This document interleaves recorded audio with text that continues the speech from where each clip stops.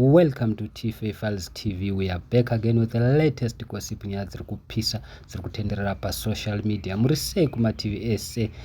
As we all know, Holy 10 akadeclare kuti iye ndewe ZANU-PF nongoziziva mega, but it seems things are not looking good because Holy 10 anga chichinja ma words na Sewikineli azonyora Holy 10 achiti call you unfollowed me why achireva kuna Sewikineli. Sewikineli akapindura achiti I had a lot of respect and love for you until you disrespected me over my Mtukudzi's gift. Mnongozi ya mega Holy 10 akadedzera kuti Sewikineli sei vachipa mai Mtukudzi gift vachipindira zvinhu zvisiri zvavo kwavasiyane nazvo. Sewikineli aenderera mberi achiti you were even on my list for kuti ndikupe mota this Christmas as somebody who openly supported the president. Achiti uriwei wemusangano but problem wakandikanganisira unaondi respect wakapindira nyaya panga usipofanira kuti upinde. Sewikineli aenderera mberi achiti you for you to say andipindire my family issues was baseless and nonsensical to say the least.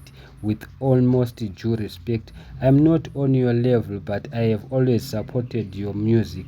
I thought you were a brilliant young man with a great future ahead. I also know your relationship with Colin, who is also someone I have great respect for. Ndozvataurwa naSewikineli, but vazukuru vambuya naenda vazotaurawo zvinhu zvakawanda zvakasiyana siyana. It seems things are not looking good for Holy 10 neZANU-PF ED nanaSewikineli. Sezvamunongozivawo mega kuti vazukuru vambuya naenda vanotaurawo kuti vanenge vachiona sei nyaya iyi. Aripo mumwe munhu auya akati so that means money for these cars is from the president, or those who support the president openly are entitled to get cars from the middleman Wikineli. Mumwe munhu akati problem yemunhu wese ane mari, they don't take valid points, they are always against those who doesn't have money. He is not the first, but each and every family has this kind of person. Mumwe munhu akati regai zvibvarurane, hatina basa nazvo, ndedzemudamba rimwe chete. Mumwe munhu akati takambomudza Holy 10 kuti uchasvipa ucharaswa kana ukashandiswa tovaziva varakashi. Mumwe munhu akati it hurts deeper when they use the name of the struggle in their own dialogical. Mumwe munhu akati his downfall is near. This one why asingagone kunyarara zvisinei naye. Mumwe munhu akati I am not on your level. Yeah, that's deep. Mumwe munhu akati chakabatwa kuti dzvi. Imagine all these artists in one man's hand telling them to jump and they can only ask how high. Mumwe munhu akati rinoda kunamatwa zibabariye. Mumwe munhu akati mhepo dzasimuka. Mumwe munhu akati relationship ip. Mumwe munhu akati he thinks he is God. Mumwe munhu akati Wikineli wacho is dramatic, kusapiwa hakuuraye.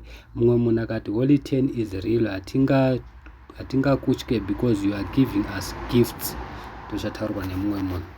Mumwe munhu akati Chivhaya wants to make sure that every musician in Zimbabwe worships him and support his ideologies. Handizi guys munoti kudiya Holy 10 akamboshandiswa pakaimba naWenky D zvikanzi vaudze kuti hauna kuimba. Munongoiziva nyaya yacho kuti yakabuda sei, akatobopuhwawo mota, but this time anenge vari kuburana. Wikineli ari kudedza kuti wakakanganisa, wakandiudza kuti ndiri kupinda panyaya yedhituku. Munongoziva Wikineli akaipindira nyaya yacho yekwaMtukudzi.